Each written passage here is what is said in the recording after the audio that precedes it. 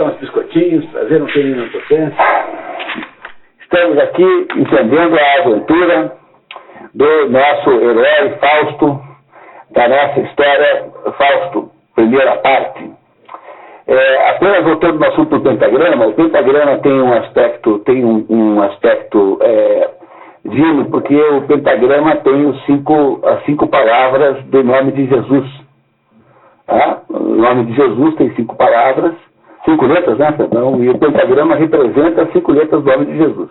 Então ele é uma arma para você impedir que os demônios saiam. Então, a única pergunta importante é saber por que é que estava ao contrário, né?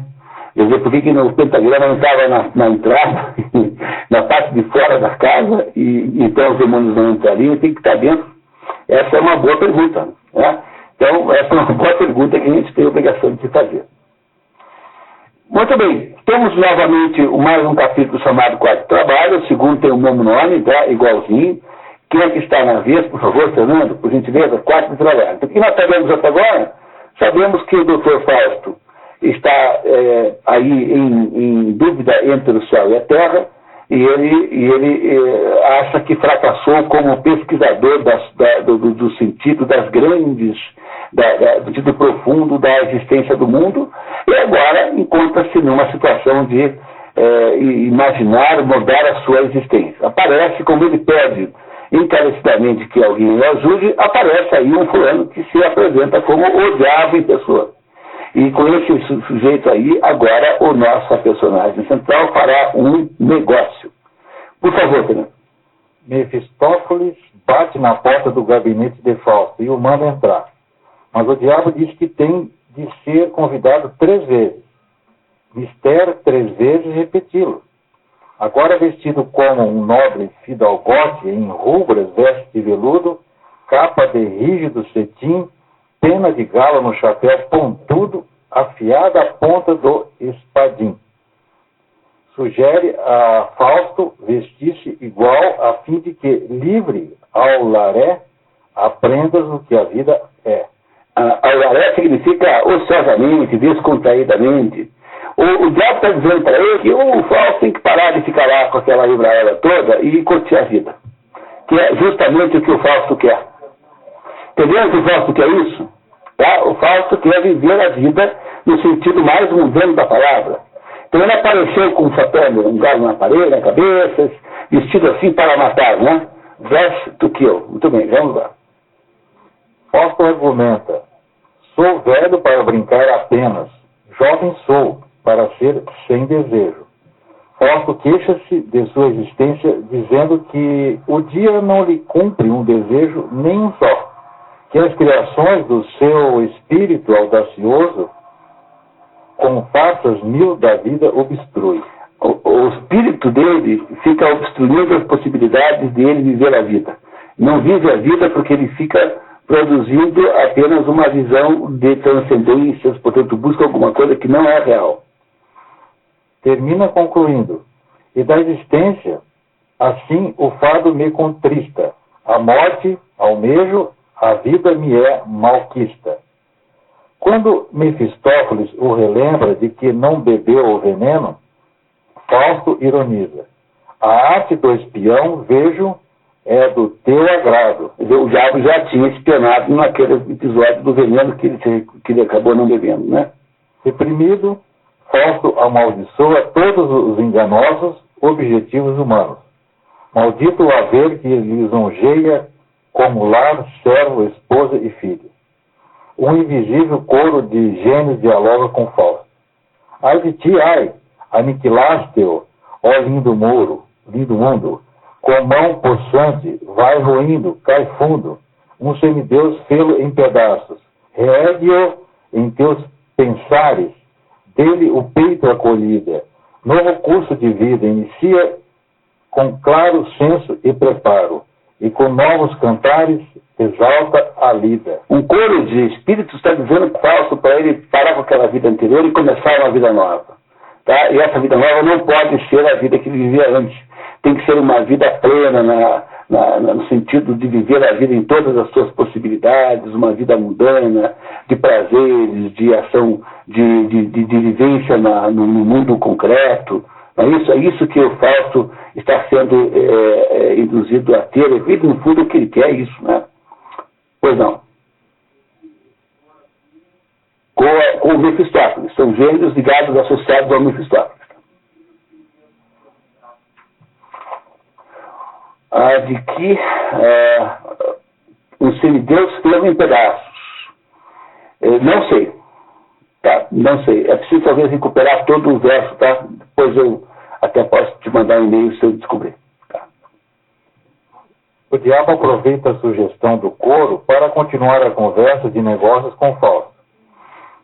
Não sou lá gente da mais alta, mas se te praz a mim unido tomar os passos pela vida, pronto estou sem medida a ser teu nesse instante. Companheiro constante, e se assim for do teu agrado, sou teu lacaio, teu criado. Aí o diabo acabou de propor. Você, eu não sou muito chique, mas se você for do teu agrado, eu posso ser seu criado. Tá? Eu posso ser seu, se você quiser. Tá? Muito bem. Esse diabo é o máximo. Tá? Então. E com que ofício retribuo os teus? Tens tempo que isso não se paga à vista. Né? Mas aí a gente fala depois disso. Preocupe com isso. E ligar de preço a gente conversa depois. E vamos fazer que depois. Você vai ver só. Né? Não. O diabo é um egoísta. E não fará só por amor a Deus aquilo que algum outro assista. Disse bem clara a condição. Traz servo tal perigos ao patrão. Traz servo tal perigos ao patrão. Deve ter um ponto de interrogação provavelmente aqui. Quer dizer, um servo como você, será que é perigoso? E o que ele responde? Obrigo-me, eu te sirvo, eu te secundo, aqui em tudo, sem descanso ou paz. No encontro nosso, no outro mundo, o mesmo para mim farás. Tá vendo? Então, agora eu te sirvo, eu faço tudo que você quer, e no outro mundo você faz tudo o que eu quiser. Não é justo? Essa é a proposta. Né? A proposta. Aqui nessa obra não aparece o pedido, mas nas outras todas, em que há uma maior ênfase na própria negociação, o período é de 26 anos, em que aconteceria esta submissão do diabo a Fausto.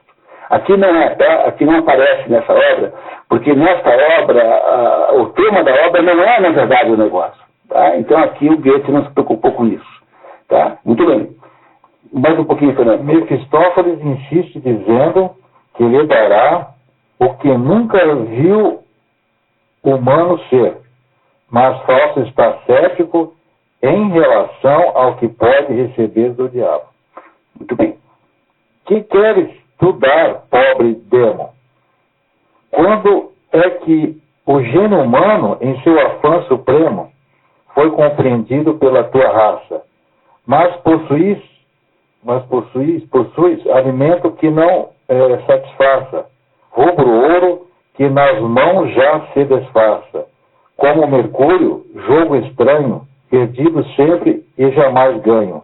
Mulher que já nos braços meus, piscando um olho, o outro a si atrai. Da glória o dom, prazer de um Deus, e que a um meteoro igual se esvai. Mostre-me o fruto podre antes que o colha, e a árvore que dia em dia se renova. O Fausto acha que as coisas que ele pode receber do diabo são todas coisas sem valor. Uma mulher que não será dele, um fruto que será podre antes de amadurecer, enfim, é isso que ele diz. Mas como o Fausto não acredita que, portanto, que o diabo pode resolver o problema, ele topa fazer o acordo. Reparem agora, em seguida, como isso fica claro. Como acha impossível o diabo ganhar, Fausto propõe: se eu me estirar jamais no leito de lazer, acabe-se comigo já.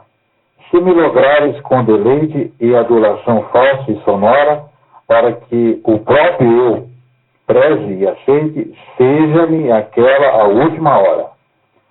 Aposto, e tu? Topo. e sem dó nem mora.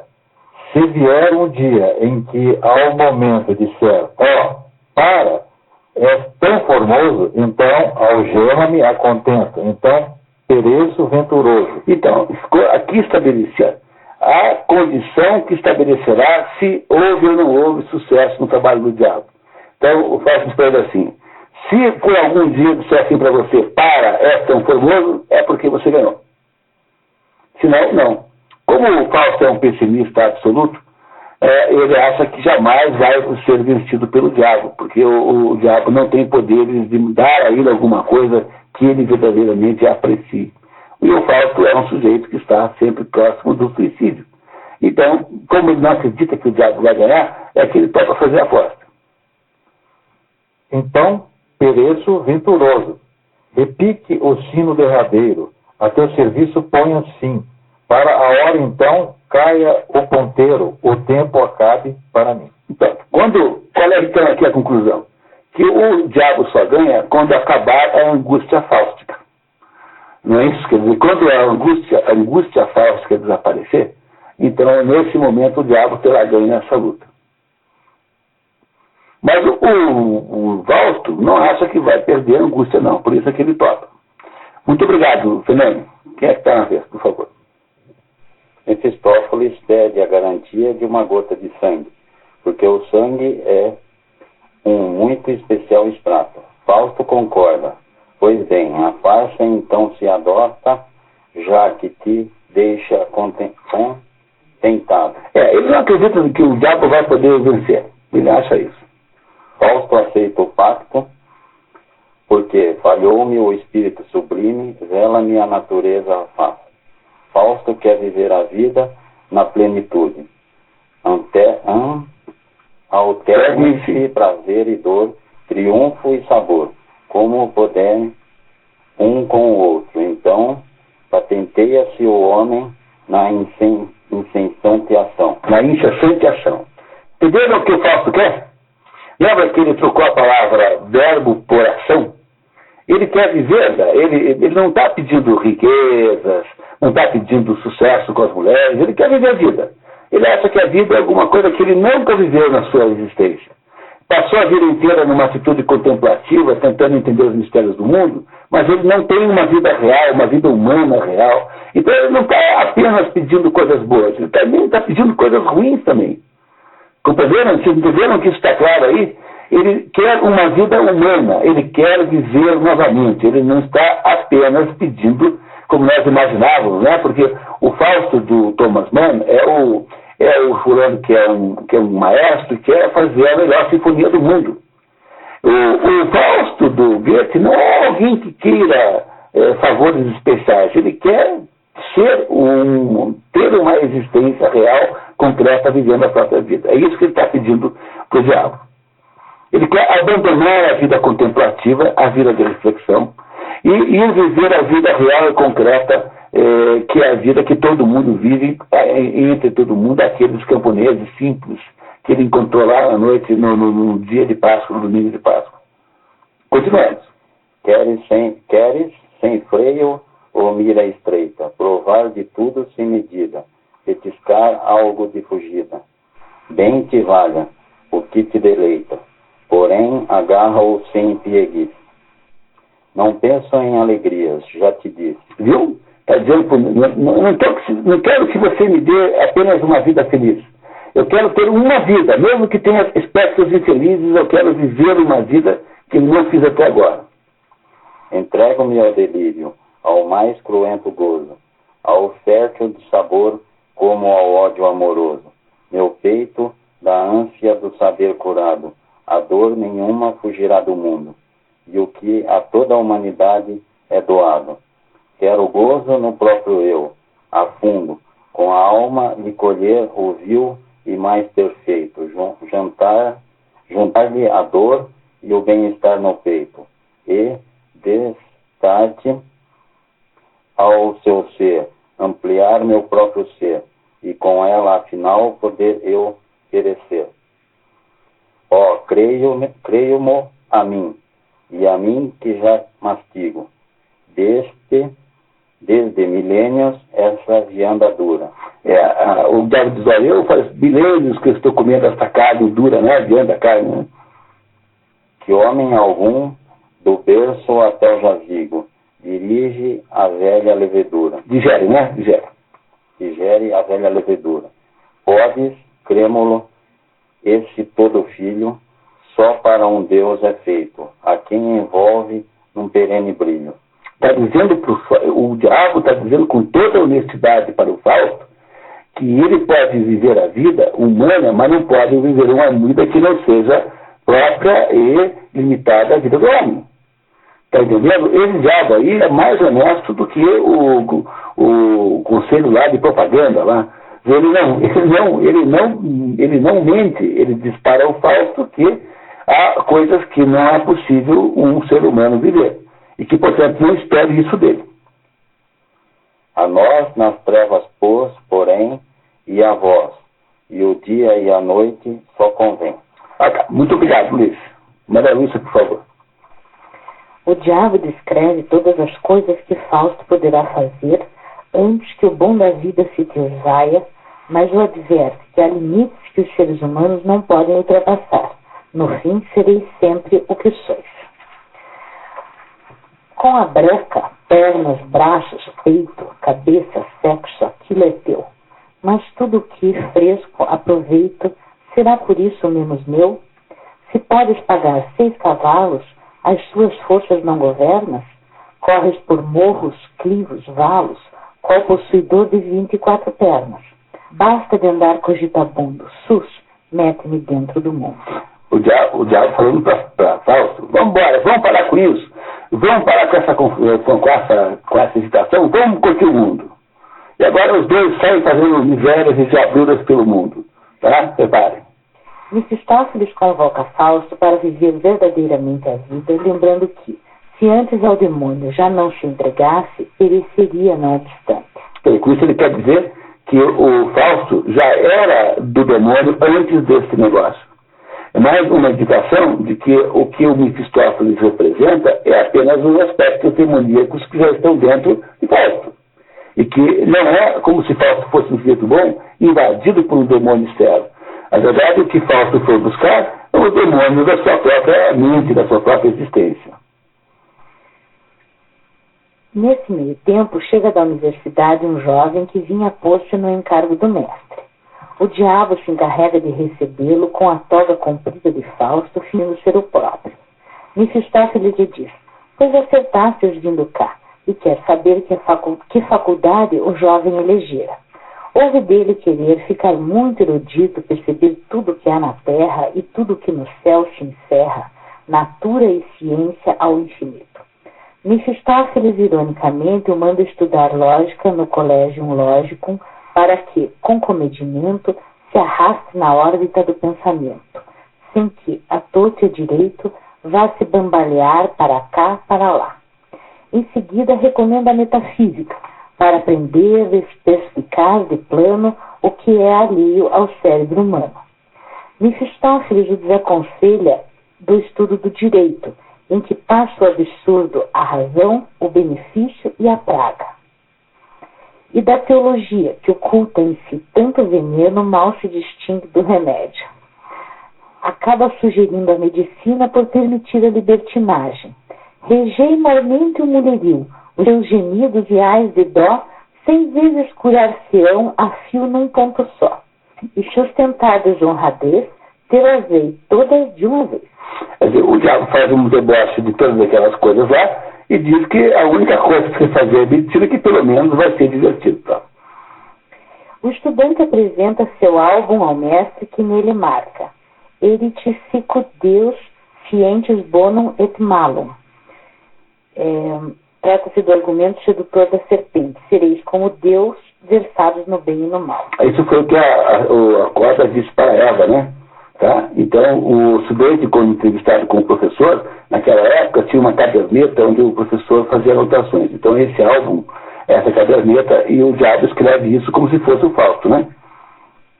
Quando o estudante sai, Mefistófeles, pelas costas dele, comenta, vai, segue o velho adágio e a minha prima e a obra, por igualar-te a Deus, afligir-te-ás de sobra. É a velha prima da cobra da Adão e Eva, né? Então segue a prima e a obra da prima, né? Então, por igualar-te a Deus, afligir-te-ás de sobra. É o pecado original, querer igualar-se a Deus. Fausto parece vestido para sair, ver o pequeno mundo e o grande, eis o mistério. Achando-se sem jeito em tudo, a Fausto é garantido por Mefistófeles que isso se arranja, amigo, sem pesares. Hás de saber viver assim que em ti confiares. Mefistófeles estende ao vento o manto e eles são levados magicamente ao novo teor da vida. Pega o manto, faz assim, e eles desaparecem e vão parar na cantina Auerbach, que nós não vamos ver, porque nós estamos um pouquinho atrasados. Eu vou contar para vocês a história. Chego lá na cantina, tem 4 estudantes bêbados fazendo uma bagunça, e chegam os dois com as roupas estranhas que eles estão usando, e os estudantes ficam fazendo quem é aqueles dois na dupla, e o diabo vai lá e diz que eles estão chegando da Espanha, e que eles não gostam dos vinhos da caverna, então o Mefistófeles combina de servir os próprios vinhos. Então ele pergunta que vinho cada um quer, pega uma espécie de verruma, uma espécie de broca e abre um buraco aqui na lateral da mesa e cobre com uma cera. Você quer o quê? Champanhe? Então, abriu e tal. E abriu. E aí, os 4 que estão bêbados, né, ficam olhando aquilo. Depois, quando ele fez os 4 buracos, ele abre, tira a cera e cai vinho, exatamente o vinho combinado, né, dentro dos copos daqueles 4. E aí, então, todo mundo fica meio assim e tal. E o Mefistófeles, o Fausto quer ir embora, mas falou assim, não, calma aí, porque agora é que vem a parte engraçada. E aí, de repente, um deles derruba um pouco de vinho e o vinho que cai pega fogo. E começa a pegar fogo o vinho, e os 4 acham que aquilo é um truque desagradável e passam para cima do Mefistófeles. Ele faz um encantamento e os que vieram para cima dele, que eram 2 dos 4, ficam achando que nos narizes de uns dos outros são uvas maduras, prontas para se comer, e começam a cortar o nariz uns dos outros. Enquanto essa bagunça continua, os 2 desaparecem e o Mefistófeles, então, precisa levar o Fausto para o covil das bruxas, porque ele tem 60 e poucos anos e não tem, portanto, a aparência física necessária para curtir verdadeiramente a vida. Então, ele vai ao covil das bruxas pedir lá uma intervenção lá química para reduzir 30 anos dos anos de Fausto, que é o que nós veremos agora em seguida. Tá? Mas depois continuar lendo isso um pouquinho mais. Em A Cozinha da Bruxa. Na próxima página, A Cozinha da Bruxa. Hexenküche. Um grande caldeirão se acha no fogo sobre uma ladeira baixa. Percebem-se diversos vultos dentro do vapor que exala. Ao lado do caldeirão, cuidando para que não transborde, uma fêmea de macaco. O macho está sentado com os filhos, nenhuma bruxa à vista.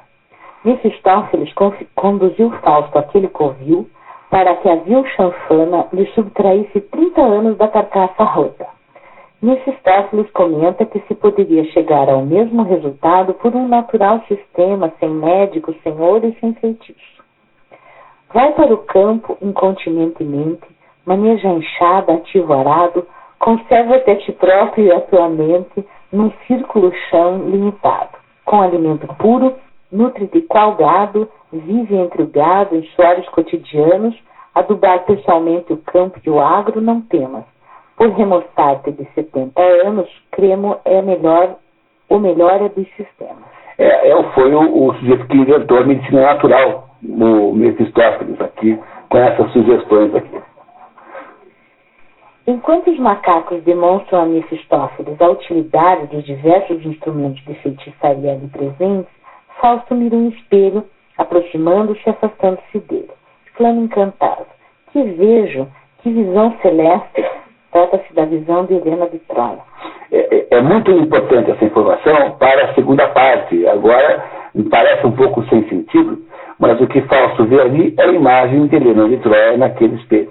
Helena de Troia é a mulher mais bonita da antiguidade, é uma mulher símbolo da beleza da mulher humana, né? Então ela é um símbolo de beleza absurda, absoluta. No espelho mágico se me revela suas asas Cupido me empreste e me leve à paragem dela. Mas, se não paira neste canto, se ouse avançar, como em neblina a etérea aparição se fina, de uma mulher visão de encanto. Como? É tão bela a forma feminina? Devo ver nesse corpo em lânguido quebranto a síntese da criação divina? Na terra há formosura tal?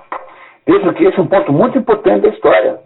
É o ponto em que Fausto, que é um pessimista e é um sujeito que está mais ou menos fracassando na vida, ele se deixa encantar, completamente seduzido por uma imagem desta mulher maravilhosa. É isso que acontece nesse momento com Fausto, e este fato irá mudar totalmente o curso da história que nós estamos vendo agora. Mefistófeles, impressionado com a fixação de Fausto na imagem, diz, enquanto brinca com os macacos, poder-lhe encontrar um mimo tão gracioso. Fausto, ainda virado para o espelho, lamenta-se. Ai de mim, sinto que enlouqueço. Okay. Muito obrigado, Maria Lúcia. Vamos, por favor. O caldeirão transborda. Surge uma labareda que sobe pela chaminé e pela qual a bruxa desce. Os animais gritam, a bruxa, irritada com a invasão da sua casa e com o transbordo da caldeira, por descuido da macaca, despeja flamas sobre todos. Mefistófeles reage com autoridade. Sabes quem sou? Monstro esqueleto infando. Vês teu senhor e amo, e não pasmas? A bruxa se desculpa, perdoai-me, ó mestre, a rude salvação. Nenhum pé de cavalo vejo. E os vossos corvos onde estão? Quer dizer, quer dizer que o diabo não estava de acordo com o normal. Ele teria pés de cavalo que não estão aparecendo, né? E onde é que estão os quadros? Então, vamos ver. Mefistófeles retruca que a cultura que lambe o mundo, a roda, tem se estendido sobre o diabo e que, como mais de um fidalgo distinto, há tempos panturrilhas falsas uso. Então, que como ele está na moda, então, usando as panturrilhas falsas, ele escondeu os cascos de cavalo. Mefistófeles encomenda o feitiço para remoçar Fausto. Promete à bruxa compensá-la na noite de Walpurgis. Pode ir lá embaixo, por favor. A noite de Walpurgis, que acontece na véspera do dia 1º de maio, segundo a mitologia nórdica, seria um festival satânico no Monte Brocken, nas montanhas Harz, onde bruxas e bruxos dedicar-se-iam a todo tipo de depravações e diabolices. É também chamada de Sabá das Bruxas. Muito bem. É o Rock in Rio. Tá, vamos lá. A bruxa gesticula freneticamente, risca um círculo dentro do qual põe objetos, traz um grande livro e coloca os nomes dentro do círculo. Enquanto os vidros timem e as caldeiras ressoam, ela pede a Fausto que se aproxime. Este, empurrado por Mefistófeles, entra, a contragosto, no círculo de onde reclama.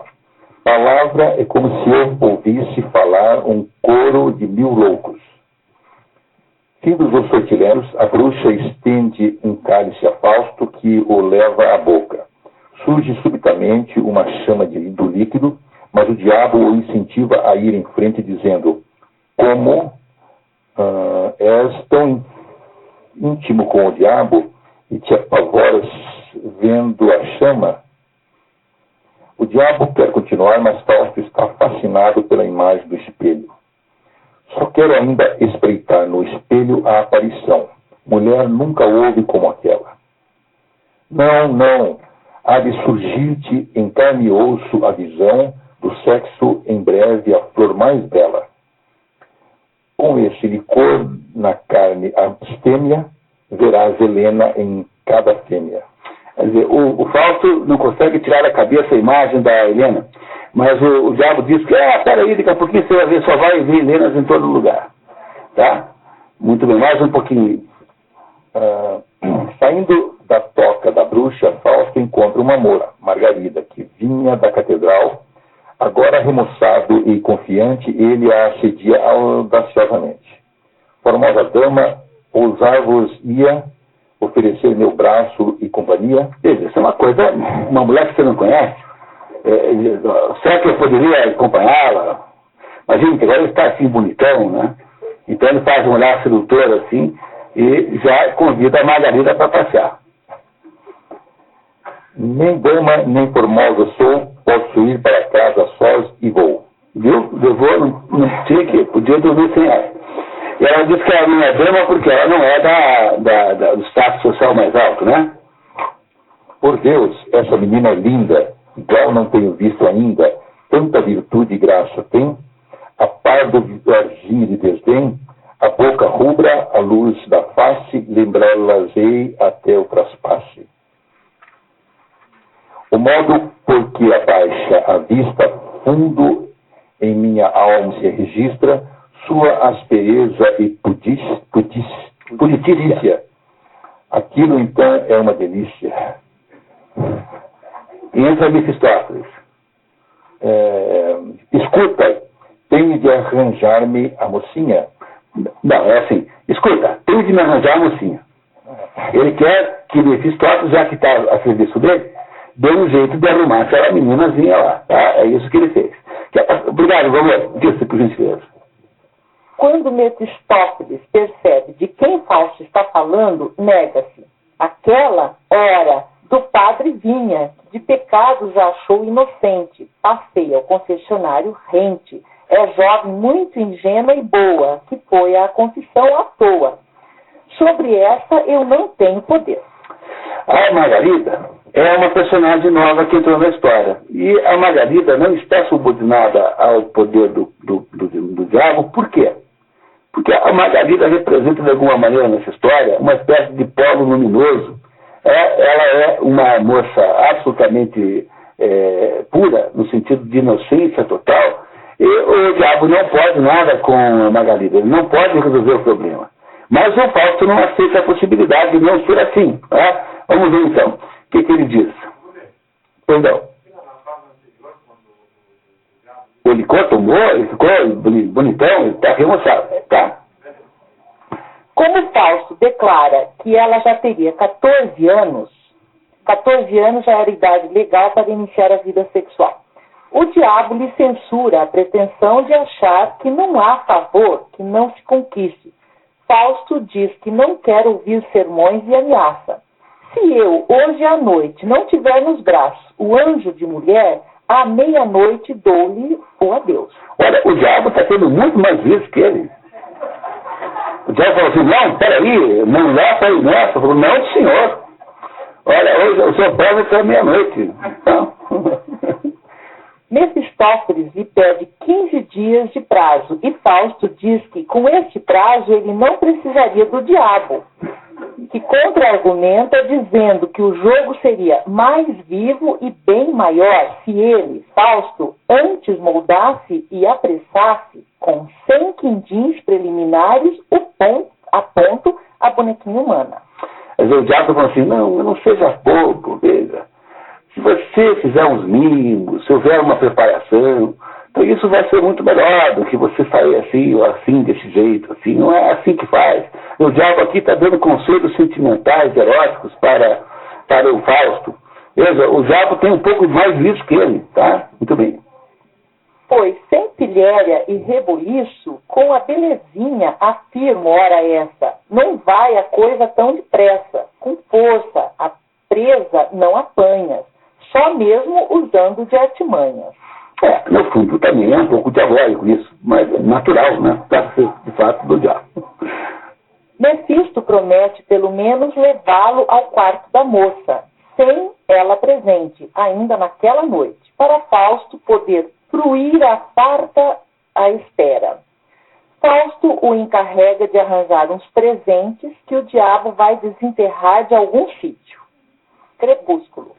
Margarida, antes de deixar o seu quarto, trançando e prendendo o cabelo, imagina quem seria o senhor de hoje, quem me dera saber-lhe o nome, quem ele era. Sai. Em seguida entram Fausto e Mefistófeles, de mansinho. O diabo comenta que tem poucas jovens tanto alinho e sai.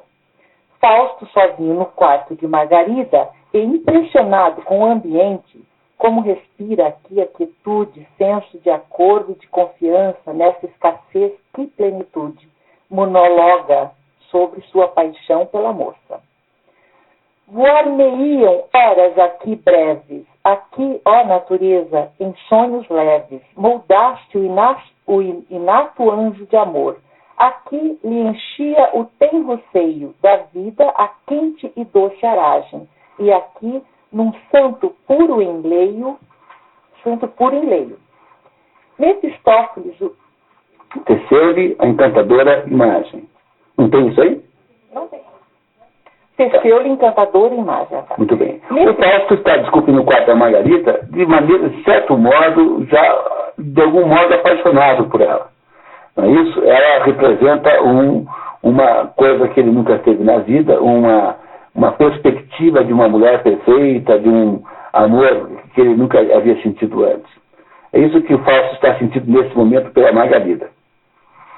Mefistófeles o interrompe para avisar que a moça estava voltando e lhe entrega um estojo com joias que Fausto coloca no baú. Sai.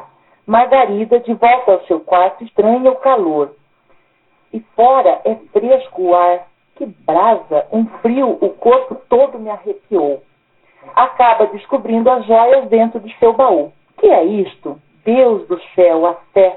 Em minha vida não vi coisa igual. Que adorno! Há uma fidalga até.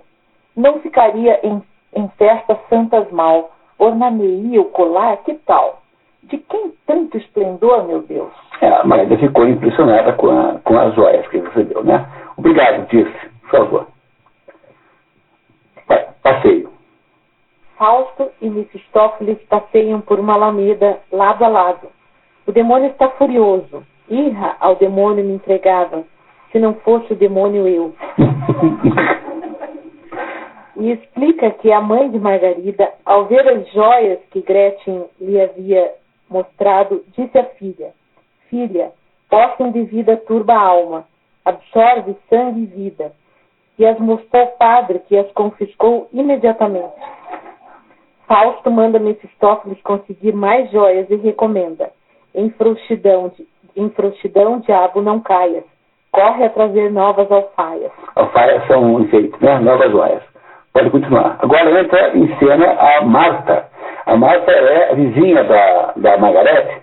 E a Marta tem um sentido bíblico, né? A Marta representa uma espécie de contraste com Nossa Senhora. Elas são primas. Mas Nossa Senhora Maria representa a vida contemplativa e Marta representa a vida ativa.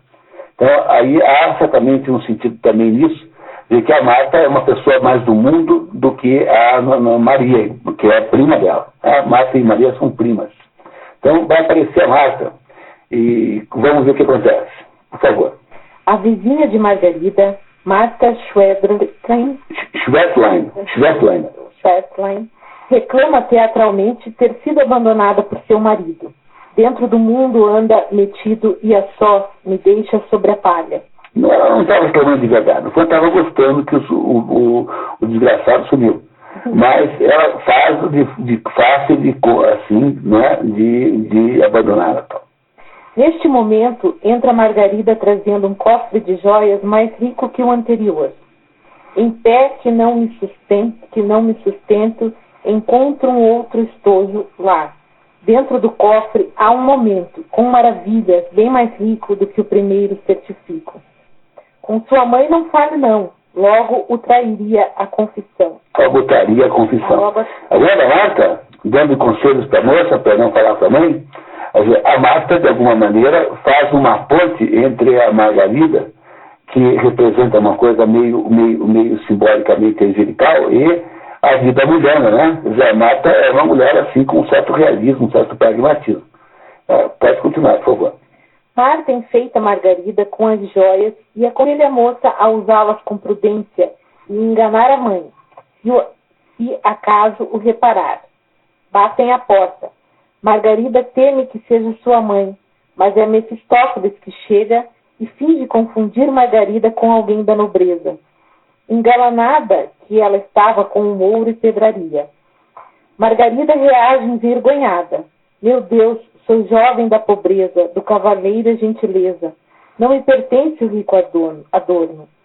Mefistófeles diz a Marta trazer notícias do marido.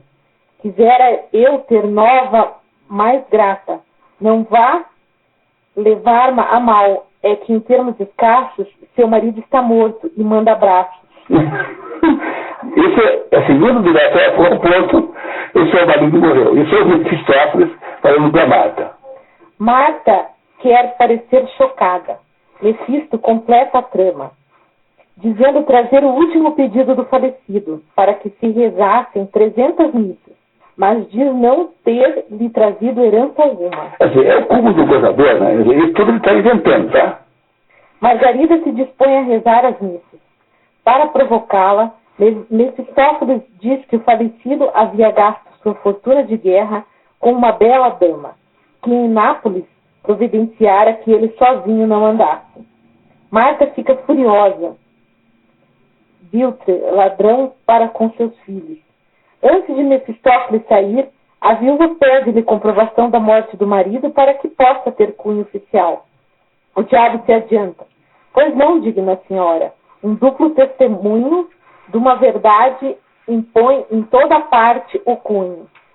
Tenho um amigo, ótimo companheiro, levá-lo-ei ante o juiz, ligeiro. Desejais vê-lo? Combinam de as duas testemunhas e as mulheres encontrarem-se à tarde junto aos olmeiros, no quintal da casa de Marta. Então, qual era o truque do diabo? Era apresentar o Fausto como testemunha da morte do marido, e aí então aproximar Fausto da Margarida. Não é isso? Perdão. Pode dizer.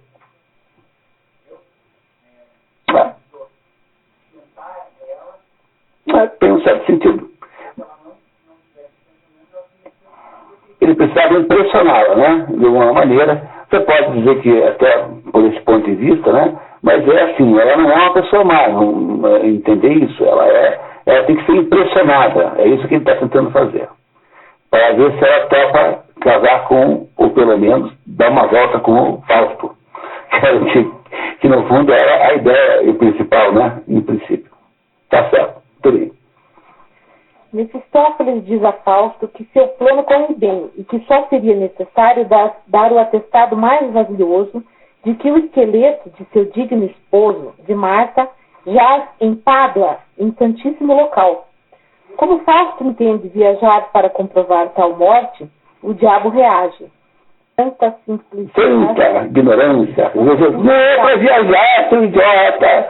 Entendeu? É isso que o diabo está dando para ele, assim. Tanta simplicidade, quer dizer, como você é burro, meu Deus, tá? Ninguém falou de tal. Atestais sem saber de nada. Fausto recusa-se a mentir, mas Mefistófeles o enfrenta. É a primeira vez que deste falso testemunho destes na vida? E ainda amanhã, com pressa desmedida, não has de seduzir a pobre Margarida, jurando-lhe paixão sem par por toda a vida? Fausto responde, sim, e de coração, mas concorda com a trama mefistófélica. Nesse momento, dentro de Fausto, há um outro conflito nascendo, que é o fato de que ele de fato gosta da Margarida, mas ao mesmo tempo ele está se aproximando dela por estratagemas malignos. Então ele começa a estar em conflito moral novamente, claramente, né, nesse momento da história. Muito obrigado. Tá? Vamos então ao Jorginho. Tendo presumivelmente prestado falso testemunho à senhora Schwepplein, Fausto passeia pelo jardim de braços dados com Margarida. Marta e Mefistófeles fazem o mesmo, mas na direção contrária. Imaginem a cena. Os dois passeiam no jardim assim, com as conversas mais estranhas que você possa imaginar. Olha as conversas. Margarida charmosamente diz que Fausto não está interessado no seu pobre palavreado, e em resposta ele a galanteia. Mas gostam dito, teu olhar encerra do que todo o saber da terra. Marta sonda Mefistófeles sobre as atividades dos cavalheiros. Margarida conta a Fausto que é órfã, que o irmão é militar e que havia perdido uma irmãzinha que ela mesma havia criado, porque a mãe jazia fraca e melhorou com lentidão a custo. Marta, por sua vez, quer saber de Mefistófeles se ele já havia empenhado o afeto em alguma parte. Digo, jamais sentiste afeição mais séria? A Marta quer casar com o Mefistófeles. Entendeu? As mulheres ambas querem casar com os dois. Mas o Mefistófeles, obviamente, não quer casar com a Marta, né? Porque ele não é o diabo, né? Basicamente. Ai, meu Deus. Acho que essa que é a sugestão aqui mesmo no fundo, né? Muito bem. Enquanto Mefistófeles tenta desviar das investidas de Marta, Fausto quer saber de Margarida se já o havia perdoado pela ousadia na saída da catedral.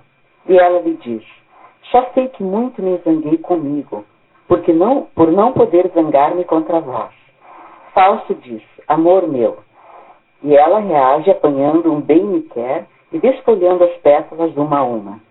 Na última folha, Margarida exclama com júbilo encantador: bem me quer. Sim, meu anjo, e que seja a sentença da flor celeste juízo. Bem te quer. Compreendes o que significa? Bem te quer. Ah, que tremor. Não estremeças, que este olhar, que esta pressão da mão te diga o que é inexprimível. Dar-se de todo e sentir na alma um êxtase que deve ser eterno. Eterno, sim, seu fim seria o desespero. Não, não, sem fim, sem fim. Cai a noite, Margarida diz que convidaria Mefistófeles para ficar, se naquele lugarejo houvesse outros interesses que não o de estreitar a vida alheia. Agora pulamos um pedacinho em que a Margarida confessa que está apaixonada pelo Fausto. De certo modo, o Fausto também está apaixonado pela Margarida, só que Fausto sabe que há atrás disso uma mentira, né?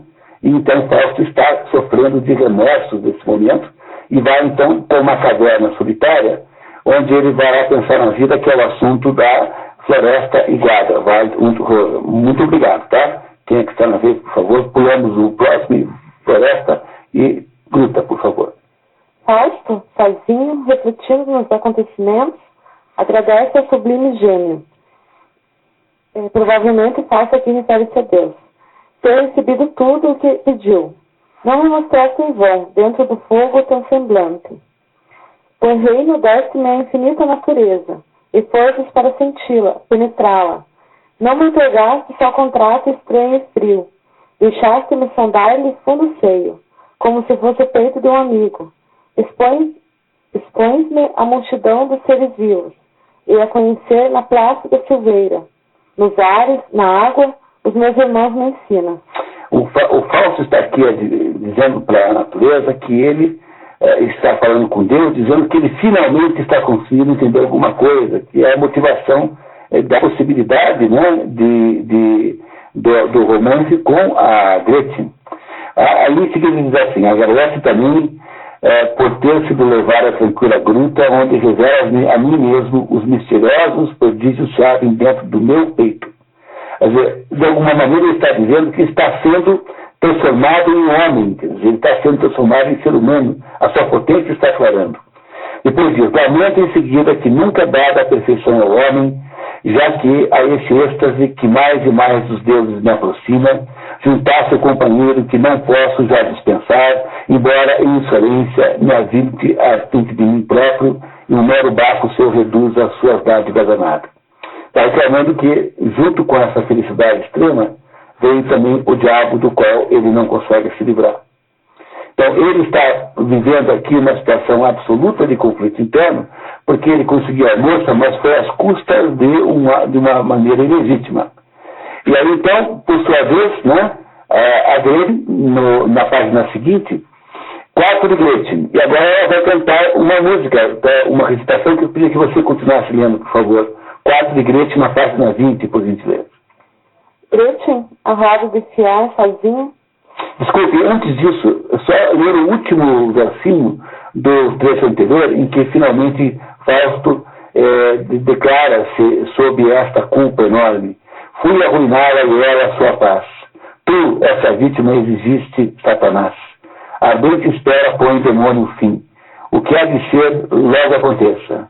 Possa ruir meu destino sobre mim, que comigo ela pereça. Quer dizer, apesar de tudo, ele segue o plano. Apesar dos seus remorsos, segue o plano. Enquanto isso, a Gretchen está sonhando com a possibilidade do Fausto. Ouçam, por favor, o que ela vai dizer. Fugiu-me a paz do coração. Já não a encontro, procuro-a em vão. Ausente o amigo, tudo é um jazigo. Sossobra o mundo, em tédio fundo. No pobre senso se desatina, a mísera alma se me alucina. Fugiu-me a paz do coração, já não a encontro, procuro-a em vão. Só por ele olho, do quarto afora, só por ele ando, na rua agora. Por seu porte altivo, ar varonil, o seu sorriso e olhar gentil. De sua voz, o som almejo. Seu trato meigo, ai, e seu beijo. Fugiu-me a paz do coração, já não a encontro, procuro-a em vão. Por meu peito anela, por seus braços, pudesse eu tê-lo, sem fim nos braços. Ah, e beijá-lo, até não poder, nem que aos seus beijos fosse morrer. A Gretchen está completamente apaixonada pelo Fausto, né? Por aquilo que ela pensa que é o Fausto. No Jardim de Marta, no dia seguinte, e ser no Jardim de Marta é muito simbólico, né? O Fausto encontra-se com a Gretchen e diz a ela assim, por que você nunca vai à igreja? Eu nunca vejo você na igreja. Daí ela pergunta, eu não creio em Deus? E ele diz, bom, compreende bem meu doce coração, quem não pode nomear, né, Deus? Ela põe um pouco de dúvida sobre o cristianismo de Fausto, que de fato não tem. Não é? Em seguida, ela reclama de sempre encontrar Fausto em companhia Tomar, porque ela tem ódio do Mefistófeles. Essa moça, Gretchen, não suporta a presença do Mefistófeles.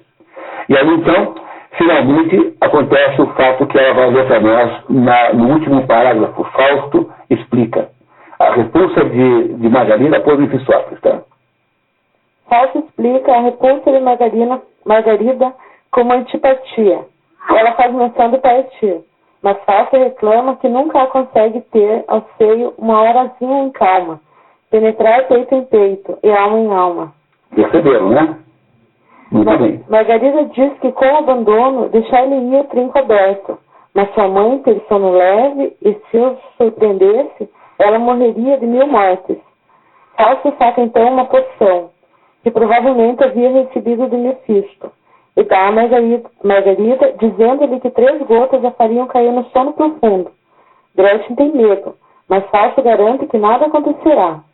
Quando ela sai para fazer a mãe dormir, entra Mefistófeles debochando da sensibilidade de Fausto a catequese de Margarida. Galã sensual, suprassensual, pelo nariz te leva uma donzela. Você não é o super condutor? Pois é, está te controlando. E aqui há uma cena muito importante, muito obrigado, pode passar, em que numa fonte a Margarida encontra uma amiga que é a Luizinha, a Luizinha, e essa cena aqui é muito interessante. Pode ler. Na fonte, a moça Luizinha faz mexericos com Gretchen sobre Bárbara. Mata a fome dos dois, agora quando bebe... O que significa isso? Que agora a Bárbara mata a fome de 2 quando bebe e come. Está grávida, tá? Então a Luizinha está fazendo fofocas da Bárbara. Para ela é, afinal, bem feio. Bem feito. Bem feito. Que tempos não andou com o tal sujeito. Isso era só dança e recreio. Risada, diversão, passeio. Tinha de estar sempre na ponta. Cortejava com vinhos e doces, e ela tonta. E ter-se de beleza em conta. Tão desregrada, já que a fé presentes lhe aceitou até. Arulho era a efusão do amor, até que, enfim, se foi com a flor. A moça foi seduzida e banhada. A mesma coisa havia acontecido com a Frederique Brion na vida de Goethe, né? E, de alguma maneira, o Goethe está nos contando agora que pode ser exatamente a mesma situação da Margarida, não é isso? Tá? Pode continuar lendo, por favor. Gretchen reage, coitada, de certo vai tomá-la por esposa. Luizinha duvida e acha que foi bem feito, porque de noite a mãe o tinha sempre de lado, folgava ela com o namorado. Voltando para casa, Gretchen medita. Agora, não, medita assim com muito cuidado, pungência, lê assim com muito ênfase dramática. Quão rija era antes a ira minha, se errava alguma pobrezinha. Como exprobava a culpa alheia, com valentia a boca cheia. E a enegrecia em voz severa, e negrazar ainda não me era. E eu o fulnava a fronte alta, e agora estou na mesma falta. Mas tudo que pra sala me trouxe, céus, foi tão bom, foi tão doce. Então agora com isso a gente fica sabendo que a Gretchen está grávida. Acabamos de ficar sabendo que a Gretchen está grávida. Para a Gretchen isso implica num desastre, numa terrível situação. E aí então há um momento aqui muito emocionante em que ela lê numa gruta, ela encontra uma imagem da Mata Dolorosa. A Mata Dolorosa é a imagem de Nossa Senhora olhando para Jesus na cruz. Gretchen põe flores frescas dentro da jarra e reza para Nossa Senhora. Diz ela assim: inclina, ó tu das dores, Mãe Divina, o meu penar, tua alma luz. No seio da espada, vês traspassada teu filho morto sob a cruz. Três dos mortais envias, e ás, Pai do céu, por teu Jesus. Quem sente que ardente penar me abrasa, a quem? O que meu ser triste anseia, o que treme, o que fronteia, só tu sabes, mais ninguém. Por onde eu for, que dor, meu coração traspassa. Mal a sós me demoro, eu choro, o meu peito se espedaça. As flores da janela de lágrimas cobri, quando de madrugada as apanhei para ti. Quando o sol me alumia, cedo o quartinho estreito, sentado em agonia, me encontra já no leito da morte. Salva-me do horror, inclina, Mãe Divina, clemente olhar ao meu dolor. A história, que era uma história engraçada, vai ficando muito triste a partir desse momento. Ela está grávida, não sabe o que fazer, não é? E aí, então, acontece aqui uma cena que nós vamos apenas resumir para nós conseguirmos cumprir o horário, que é o irmão da Gretchen, que era soldado, chamado Valentim, e o nome não deixa de ser muito interessante. O Valentim, sabendo dos rumores de gravidez da irmã, vai tirar satisfações, vai procurar o Fausto e o Mefistófeles, e os encontra na frente da casa da Gretchen. Os dois tinham ido lá fazer uma serenata, e uma serenata cuja letra foi composta pelo próprio diabo. E reparem na letra que o diabo, na música que o diabo compôs para Gretchen. Do umbral responde, que ali te esconde, Catrininha, onde? Tão cedo, onde é que vais? Filha, cautela. Ele abre a cela, entre as donzela já não sais. Tem juízo, tem, ele te obtém e passa bem. Adeus, amor folguedo, não deves não dar um ladrão mercês, senão com aliança já no dedo. Quer dizer, dá para imaginar um sujeito mais cínico do que esse diabo? O diabo compôs essa música para ir lá cantar para a Margarida, que já estava grávida nessa altura. Aqui o Valentim os encontra lá, não gosta da brincadeira, obviamente não foi lá para brincar, e o Valentim começa a lutar com o Fausto, chamando de sedutor.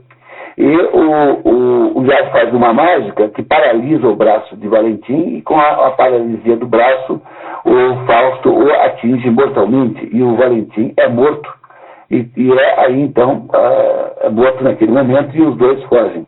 Essa é a cena noite. E aí, então, acontece ali uma outra, a próxima cena, na página 24, Catedral, Dom, em que essa cena, lida integralmente, é uma das mais bonitas coisas que já se escreveu, porque a Gretchen vai para a missa com absoluta culpa, porque morreu da minha mãe, com aquele tal do sonífero que haviam dado para ela. Aí morreu a mãe, morreu o irmão, ela está grávida de um sujeito que ninguém sabe quem é, e a música, a missa de Requiem, que é a música fúnebre, canta então aquelas frases pungentes de música fúnebre, enquanto a Margarida ouve isso, há um espírito do mal que a atormenta com acusações. Então, nós vamos ver apenas um pouquinho, pode ler, por favor, na cena, na página 24, Catedral. Missa de Requiem em homenagem à mãe de Margarida e Valentim. Mal depois de tomar o sonífero fornecido por Fausto, um espírito mau avulta por trás de Gretchen e a assombra.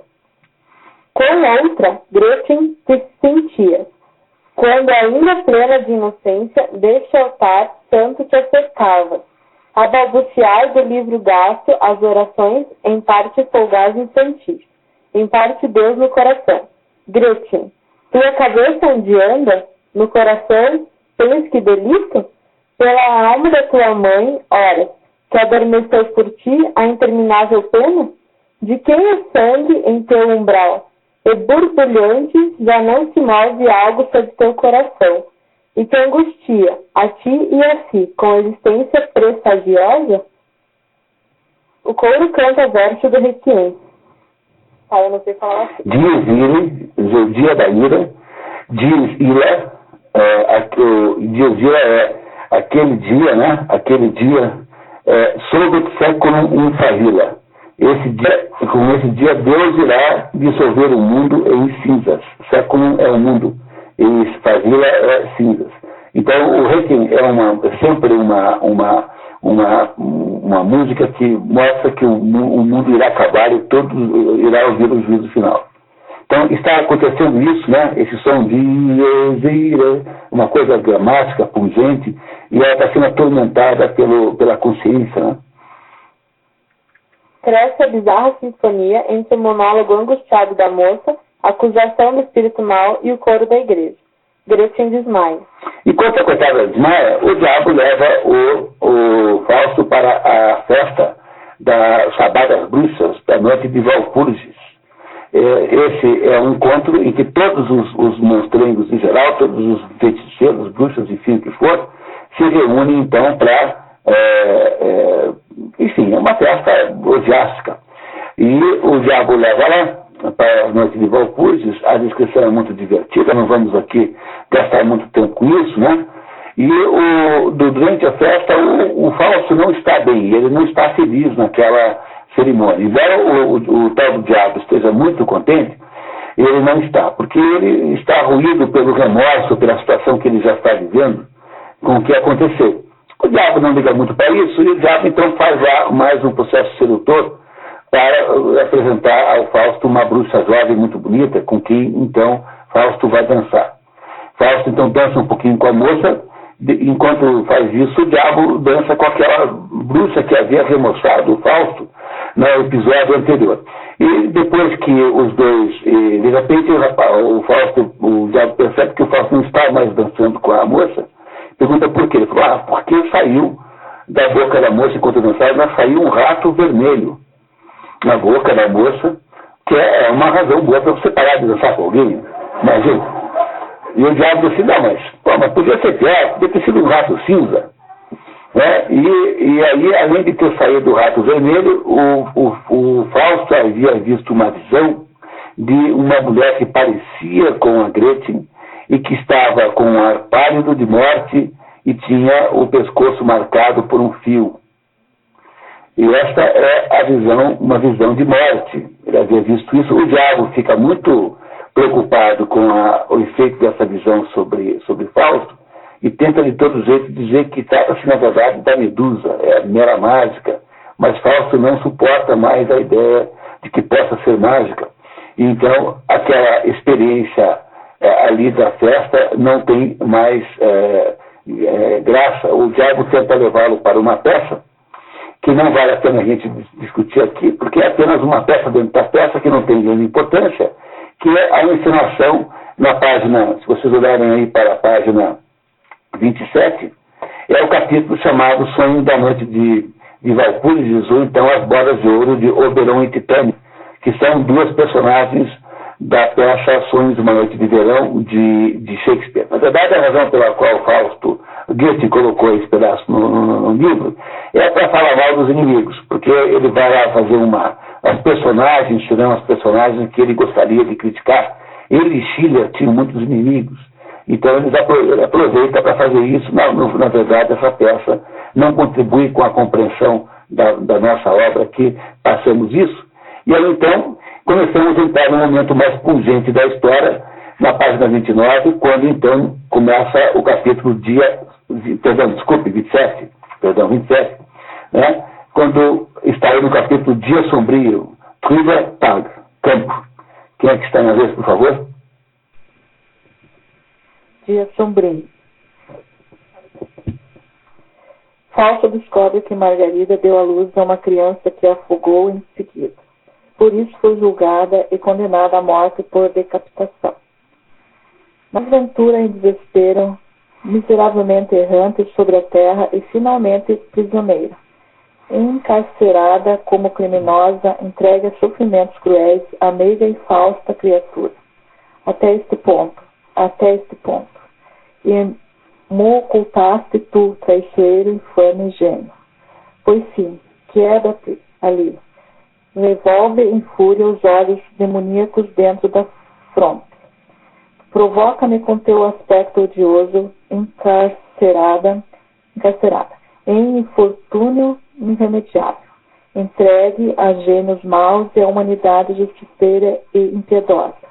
E a mim, no entanto, embalas com insulsas diversões, dela me ocultas o crescente desespero e entregas em defesa à perdição. Não é ela a primeira. Que é uma resposta bem cínica, né? Não é isso? Continue, por favor. Fausto pede ao gênio da terra que devolva Mefistófeles vil feição de cão e acusa seu servidor de escamar plácido e sorridente, o fado de milhares. O diabo encontra contra-argumento. Tornamos aos confins do vosso entendimento, lá onde a vós, mortais, o juízo se alucina. Por que é que entrastes em comunhão conosco, se és incapaz de sustentá-la? Almejas-se voar e não te sentes livre da vertigem? Pois fomos nós que a ti nos impusemos, ou fostes tu que te impusestes a nós? Ele está culpando o diabo por tudo que ele fez. Ele não se culpa a si próprio. Culpa o diabo por tudo que aconteceu. E o diabo falou assim, mas peraí, mas não foi você que fez? Né? O diabo está, obviamente, argumentando que ele talvez não tenha toda a culpa. Tá? Continuando. Fausto diz a Mefistófeles que ele tem de salvar Margarida, mas o diabo diz que não tem poderes sobre a justiça terrena completa. E quem foi que a lançou na perdição? Fui eu ou fosse tu? Fausto quer vê-la, mas Mefistófeles o adverte de que ainda paira inexpiado o teu sangrento crime sobre a urbe. Flutuam gênios vingadores por sobre o pouso espiritual da vítima, a espreitar a volta do assassino. Como Fausto insiste, o diabo concorda em entontecer os sentidos do carcereiro e permitir que Fausto pegue as chaves e fuja com Margarida. Aí em seguida os dois vão correndo para o lugar onde está presa Margarida, e no caminho eles vêm perto do lugar onde são feitas as execuções, vêm lá seres malignos ali, e eles perguntam assim, o que é que eles estão fazendo, né? É como se seres malignos estivessem se preparando para acolher os benefícios daquela morte que ocorreria no dia seguinte, madrugada. Pulamos o próximo capítulo e vamos para o cárcere. Muito obrigado. Quem é que está na vez? Aqui em diante nós precisamos da leitura mais dramática que nós pudermos conseguir, tá? Vamos lá. Vamos ler isso aqui com o máximo de coração. Fausto está prestes a abrir a cela de Margarida e antes medita. Jaz ela aqui, de trás do muro frio, e uma ilusão de amor, diz o seu crime. No interior da cela ouve-se um canto. É Margarida, delirante, pondo-se no lugar da criança morta. Minha mãe, a perdida que me matou. Meu pai, malandro, que me tragou. Fausto entra, ela se esconde. Ele lhe diz que veio libertá-la, mas ela contorce-se no chão e lhe diz: se és ser humano, sente-me a agonia. Gretchen não o reconhece. Margarida: Carrasco, quem te deu nas trevas sobre mim para poder? À meia-noite já me levas. Tarde, deixa-me viver. Espera a aurora, a noite logo finda. Pois sou tão nova, tão nova ainda, e morro, ai minha pobre vida. Fui bela, eis porque estou perdida. Tão longe estão amado e amores. Murcha a grinalda, esparsas as flores. Isso é um empréstimo da morte da Ofélia. É a Ofélia que essas palavras vêm da morte da Ofélia do Hamlet. A Ofélia é tão inocente quanto ela, né? Então, é o Goethe homenageando o Hamlet. Não me agarres com fúria tal. Poupa-me. Fiz-te eu algum mal? Não deixes que te implore em vão. Se eu nunca até te houvera visto, não. Registro a tal cruenta aflição? Estou em teu poder, bem sei. Só deixes que o nenê ainda uma mente. A noite toda o acalentei. Por malvadez roubaram-me o inocente. E agora dizem que o matei. Nunca a alegria torna a mim. Gente má que lá canta, é comigo a canção. O velho fado acaba assim. A quem faz alusão? Essa moça está completamente já abalada, emocionalmente mal, está louca, né? Quase louca. Tudo bem. Fausto a chama 2 vezes. Gretchen, Gretchen. Ela diz: é a voz do meu amante, mas não a associa com o homem que está na sua frente. Ouviu a chamar-me. Onde está? Estou livre, ninguém me impedirá. Quero voar-lhe nos braços, sentir os seus abraços. Chamou-me, estava ali no umbral, por entre a fúria, o escárnio infernal. Por todo o atroz, diabólico clamor, ouvi sua voz meiga, impregnada de amor. As correntes de Margarida caem. Fausto tenta levá-la com ele. Comigo, foge. Mas ela não se dá conta do que está acontecendo. Ela finalmente o reconhece, abraça-o e pede que ele a beije. Ai de mim, teus lábios tão frios, mudos também. Teu amor onde se esconde? Roubou-mo quem? Okay, muito obrigado. Tá. Ele insiste para ela fugir com ele, mas ela diz-lhe: ignora quem pões livre assim? Porque ela é uma assassina do filho, né? Então ela não se acha digna de ser salva, né? Não sabes? Minha mãe, matei-a. Afoguei meu filhinho amado. Não nos fora ele a ambos nós dado? A ti também. És tu? Quase não o creio. Dá-me a mão. Não é devaneio? Querida mão, mas que úmido está. Enxuga. Cismo que há sangue nela, Virgem Celeste. Que fizeste? Põe a espada de lado, eu te rogo, ou demando. Essa ideia de que há sangue nela é tirado de Macbeth. É um trecho de Macbeth que também Goethe aqui insere para homenagear Macbeth. É a lei de Macbeth, depois que matam o rei Duncan, né, dizendo: eu não consigo tirar, fica lavando a mão 2 horas, eu não consigo tirar o sangue das minhas mãos. Não, deves restar, não sucumbas. Vou descrever suas tumbas, delas cuida logo amanhã, já de manhã. Dá a mãezinha o melhor lugar, junto a ela, humano a repousar. Eu um pouco de lado, mas não muito afastado. E ao meu seio direito pequenino, ninguém mais ficará comigo. Aí carrega o Fausto de combinar o enterro, né? Fausto emocionado insiste, mas Gretchen diz que não pode ir. Não devo. Para mim a esperança está morta. Por que fugir, se não estou mesmo a respeitar-me? Tão triste é esmorar na indigência, e ainda mais doendo a consciência. Tão triste vaguear entre os estranhos, errante, e não de agarrar-me não obstante. Ok, muito obrigado. Fausto tenta carregá-la à força, mas ela resiste. Larga-me, eu não admito a força, não me agarres. mal desse jeito. Por amor de ti tudo tenho feito.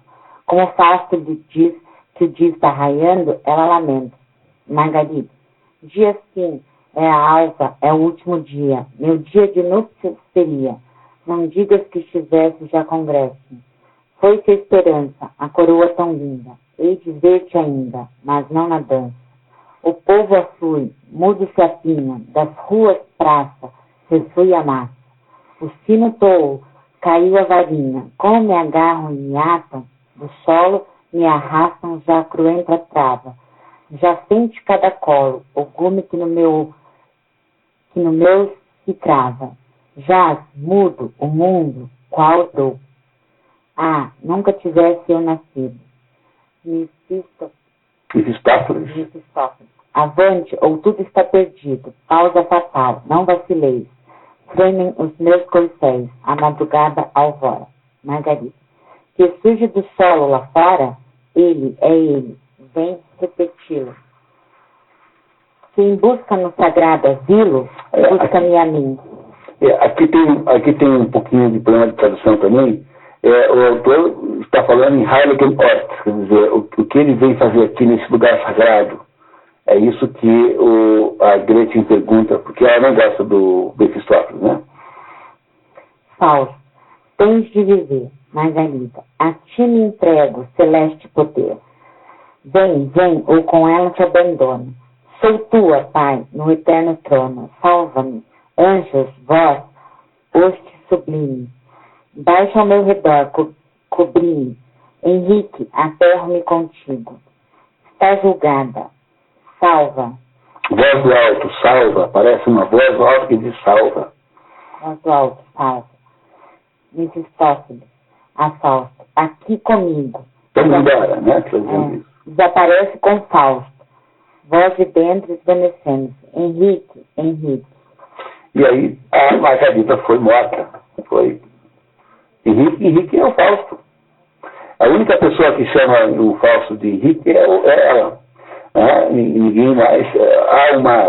O Coni acha que o Fausto deu nome falso para ela, para que então esse Henrique não seria o nome verdadeiro do Fausto, não seria.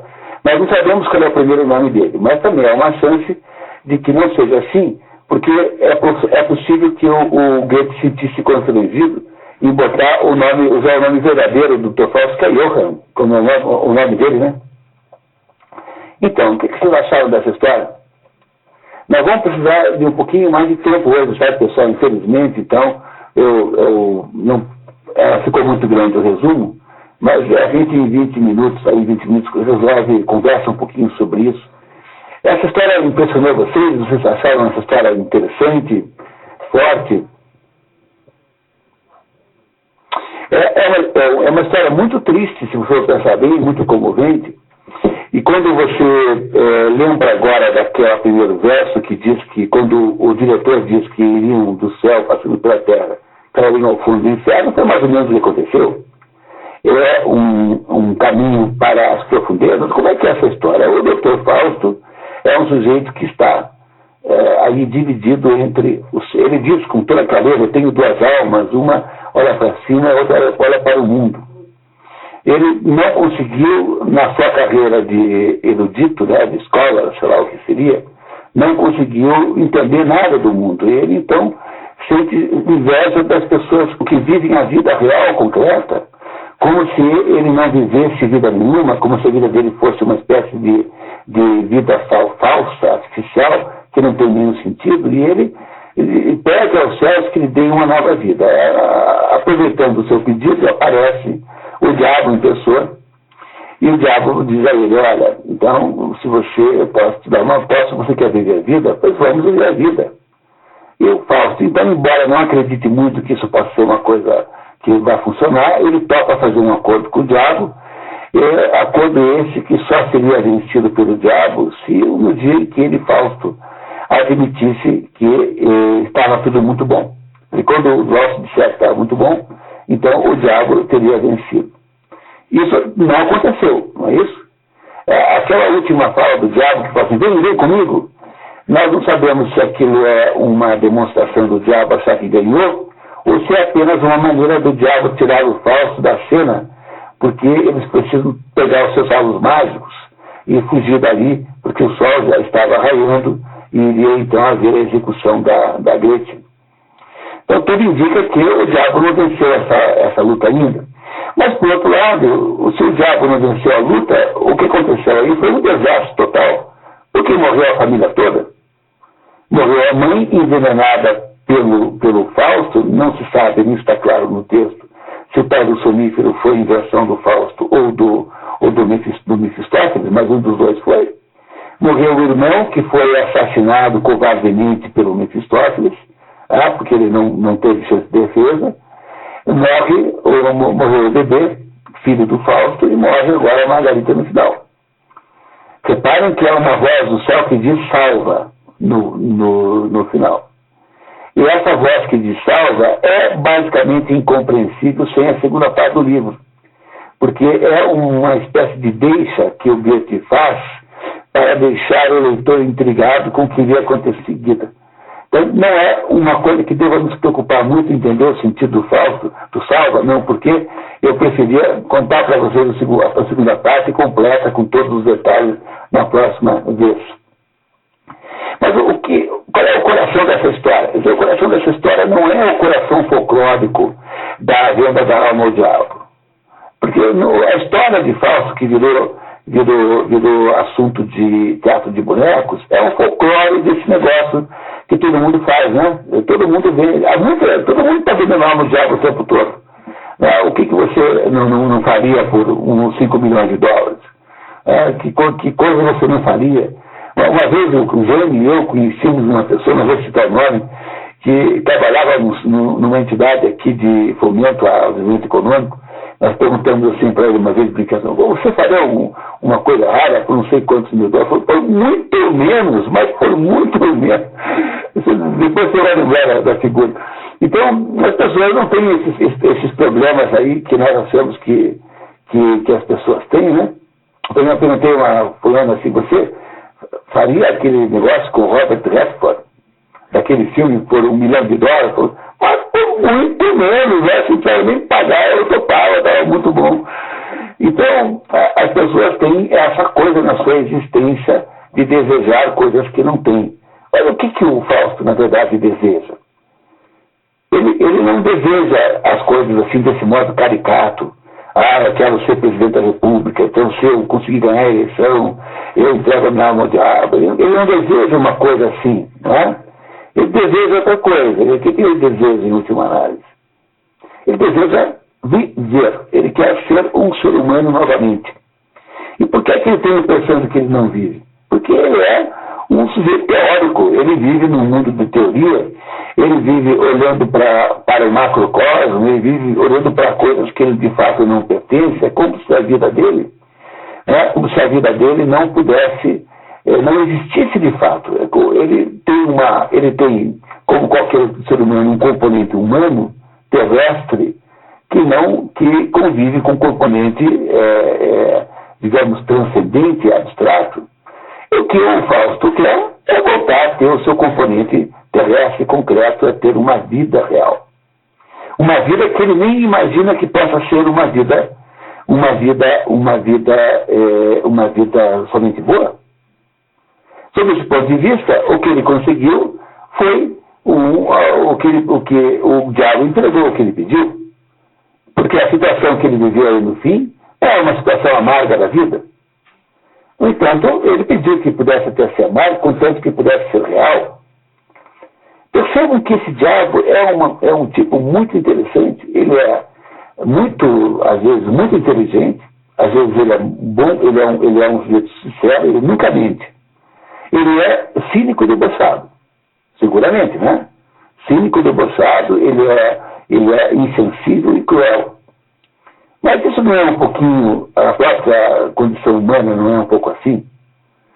Não há modo de entender essa história se você não supuser que o diabo é de alguma forma um alter ego do Fausto.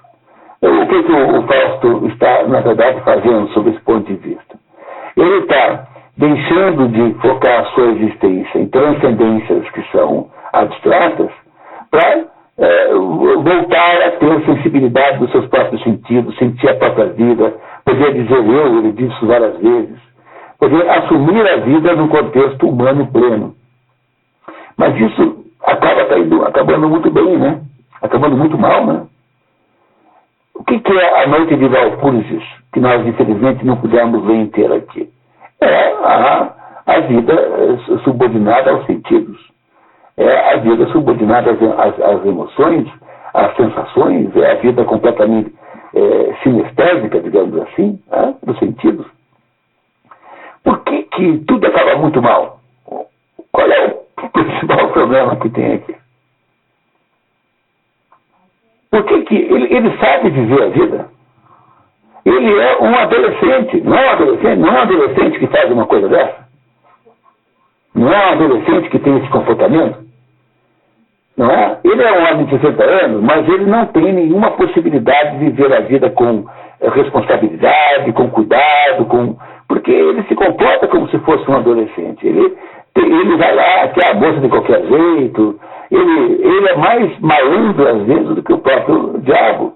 Né? No episódio da conquista da Margarete, ele queria. O diabo é que botou um pouco de juízo na cabeça dele, que não é assim que faz. Fausto não sabe viver a vida porque ele nunca a viveu de fato. Ele é apenas um sujeito artificial. Ele é alguém que não existe realmente, concretamente. E ele, no entanto, descobriu, aí, depois de todas as tentativas de fazer a descoberta dos segredos do mundo, tanto nas ciências abertas quanto nas ciências ocultas, depois de passar 60 anos, 40 ou sei lá quantos, estudando e tentando descobrir os segredos, o Fausto, ele não sabe viver a vida real, concreta, a vida que ele representa como homem. É isso? O que, na verdade, o Fausto acabou fazendo? Quando você percebe que ele está sendo direcionado pelo demônio, mas o que é isso? É uma iniciação à vida pela mão do demônio, né? Não é isso que significa o acordo com o demônio? Ele está sendo iniciado à vida pelo demônio. Por que isso é assim? Porque, de alguma maneira, o demônio é o processo, esse mundo que Fausto vive, das sensações, o mundo da matéria, é um mundo que é um mundo antitético, quer dizer, ele está em oposição a um outro mundo que aparece com clareza aí. O outro mundo que está em oposição a esse mundo não é o mundo da pesquisa científica.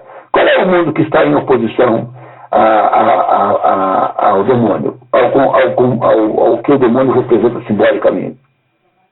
É o mundo da Margarida, que é o mundo, digamos, é o polo luminoso, em contraste com o polo abissal que o demônio representa. Mas esses dois polos eles estão simbolizados pela poesia da obra como duas entidades, mas no fundo os dois polos estão dentro de Fausto. Não é isso? Os dois polos estão dentro de Fausto. Pois o que é que essa obra quer nos dizer até esse ponto que nós conhecemos? Porque, no fundo, nós precisamos da outra para entender toda a história. O que essa obra representa é a descida aos infernos. O que é a vida dos infernos? Todas as obras iniciáticas têm esse processo. Vocês lembram, a Divina Comédia teve a descida aos infernos, o Jesus Cristo, quando morre, desce aos infernos.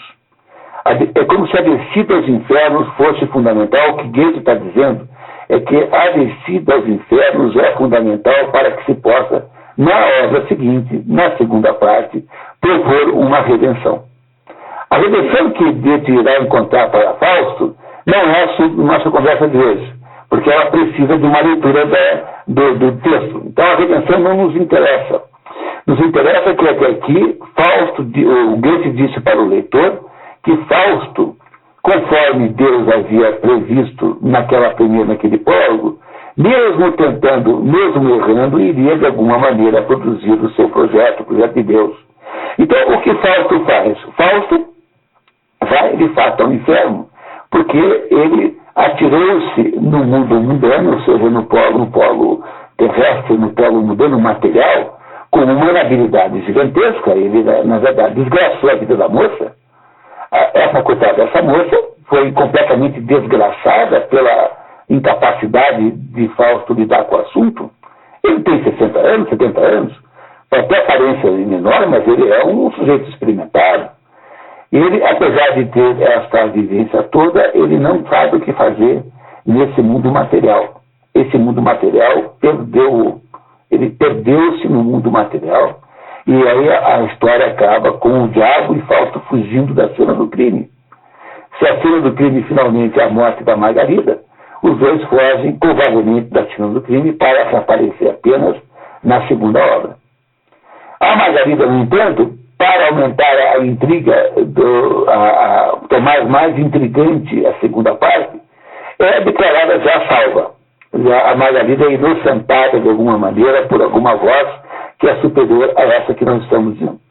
E ela terá, na segunda parte, uma importância gigantesca. Mas nessa aqui, sob o ponto de vista da vida terrestre, poderia ter sido pior a vida da Margarida? Impossível, né? Quer dizer, pior do que aconteceu com ela é impossível. Termina muito mal a experiência do Dr. Fausto de querer viver a sua vida. E essa incapacidade de viver a vida prende-se ao fato. Ele não foi totalmente abandonado, porque ele conviveu com o pau luminoso. Quando ele começa a ficar em dúvidas, aquilo que nós chamamos de remorso, sentido de culpa, ele sente culpa.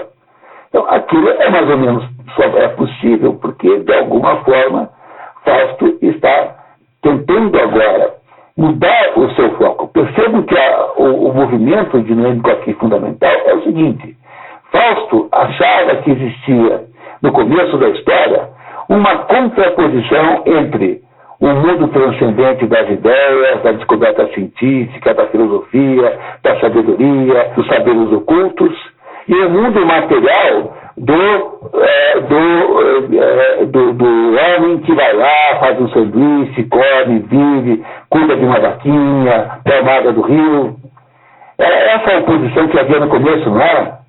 Era a oposição de um sujeito que vivia num gabinete gótico, com um monte de livros, completamente prisioneiro de um mundo que não era o mundo de verdade, e que ele achava que se contrapunha a um mundo real, concreto, verdadeiro, um mundo físico, sensorial, concreto. Ele resolve, ao invocar o diabo, não, né? Mas ao fazer aquele acordo, ele não invocou o diabo. Quando há a oportunidade de fazer um acordo, ele então o que é que faz? Ele abandona para o Wagner. O Wagner vai aparecer no segundo livro. O Wagner aparece criando o homúnculo, como sendo o autor da criação do homúnculo. Então, o Wagner reaparecerá, não vamos mais falar dele. Mas ele joga no mundo para o Wagner, que afinal tem as ilusões de juventude que ele tinha, e resolve viver uma vida sensorial plena e concreta. Qual é a vida sensorial? É frequentar a tal da taverna, é encontrar as mulheres, curtir a vida romântica, curtir a vida sexual, coisa que ele certamente nunca fez. Agora nós entendemos que ele é um sujeito que ficou a vida inteira num gabinete. Mas, no entanto, ao longo da história, o processo de interação de Fausto com o mundo real em volta dele vai mostrando para ele que tem outra contraposição, que é a contraposição onde está a esperança de haver alguma possibilidade de salvação. E a contraposição nova que aparece aí é a contraposição entre o que representa o polo terrestre, ou seja, a vida terrestre material, que ele então, como um adolescente perdido, tenta viver de modo completamente irresponsável, e o que a Margarida representava de potencial de contraposição a esse mundo. Ele, aos pouquinhos, vai descobrindo, ao longo do primeiro livro, sem saber o que fazer com isso, na verdade, ele, sob esse ponto de vista, perdeu a aposta, porque ele não conseguiu submeter, equilibrar os dois polos, o polo da matéria com o polo do espírito. Porque o polo do espírito que a Margarida representa não é o polo do espírito no sentido intelectual da palavra, não é o polo do espírito no sentido livresco da palavra, Não é um polo de espírito no sentido abstrato, é um polo no sentido real, concreto, de ações humanas, de honestidade, de sinceridade, de respeito, de consideração. E esse polo é que a Margarida propôs que ele recebesse. Mas aí ele ainda não teve, no primeiro livro, ele não teve capacidade de entender isso. E quando termina a primeira história, o Fausto perdeu, essencialmente, o rumo do caminho. Ele, na verdade, não venceu. Ele tornou-se, ao final da vida, o final da história é um final demoníaco, desenhado pelo polo negativo. É o final demoníaco no sentido simbólico, né? Fausto precisará reverter isso no segundo livro, mas para isso nós vamos precisar esperar até termos a chance de fazer a mesma análise do segundo livro. Mas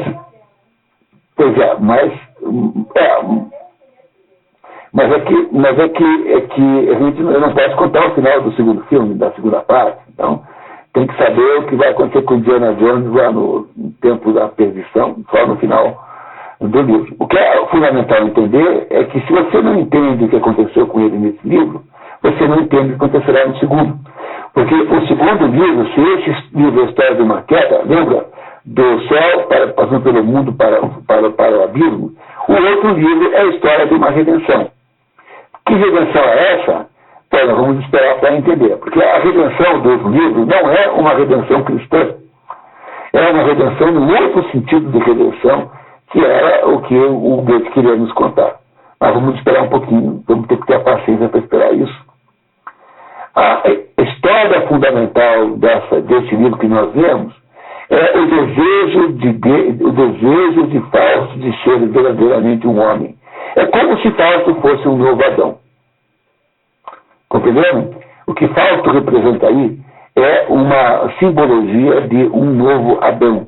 Um Adão que não existe ainda e que quer ser um novo Adão. E esse novo Adão, ele não sabe ser, ele é absolutamente incapaz de fazer. Ele faz um conjunto de bobagens de tamanho de tal monta, ele mata a mãe da mulher, ele matou a sogra antes de ser sogra, né? A tipo de fazer dormir, aquilo ali é uma sugestão de que a moça e a mãe dormem no mesmo quarto, né?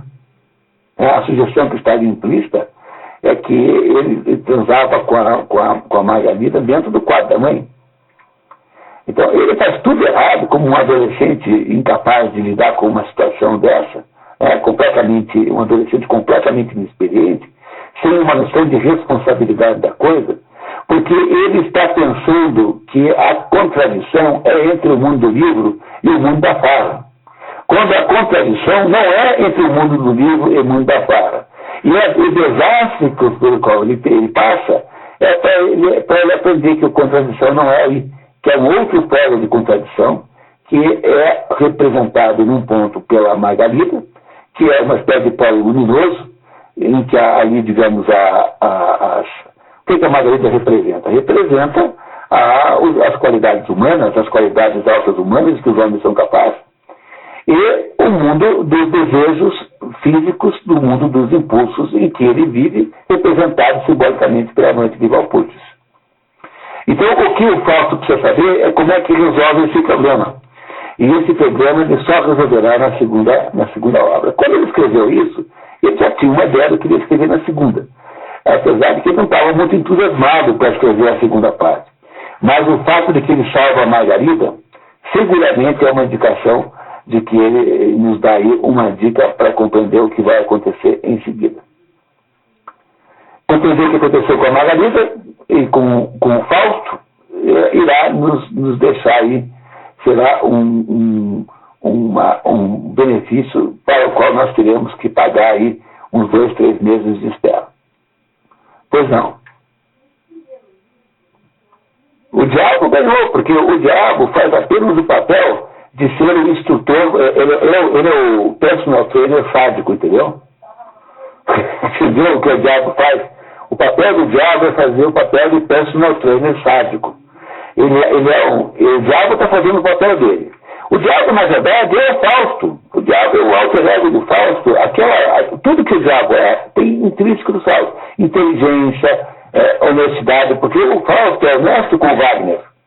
Ele está sendo honesto consigo mesmo, está dizendo assim, olha, eu não aguento mais isso aqui, isso aqui é tudo mentira, eu não quero mais participar disso.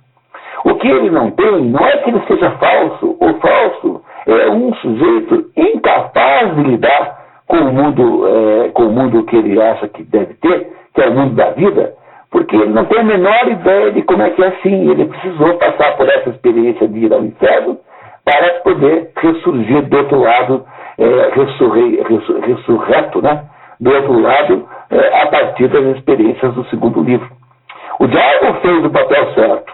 Fausto está aprendendo como faz, quer dizer, sob a perspectiva de Deus, tal como no prólogo do céu, o Fausto está apenas passando pelo... O homem erra quando faz alguma coisa. Então, Deus diz assim, o fazer é o essencial, porque o homem erra, então paciência, nós vamos conviver com esse erro. Então, quem se deu muito mal, quem teria estado muito mal, foi a Margarida e sua família. Mas essa Deus salvou no último minuto, por razões que agora nós não compreendemos bem, mas podemos pelo menos dormir com uma sensação de amargura menor na boca, né? Porque essa história é uma história terrível, né? Não sei se vocês ficaram emocionados, mas lendo o original, é uma história muito emocionante, muito triste, muito ruim, assim. No final, é natural que você se emocione com isso. Nessa história toda, acontece a ida para o inferno, no sentido simbólico.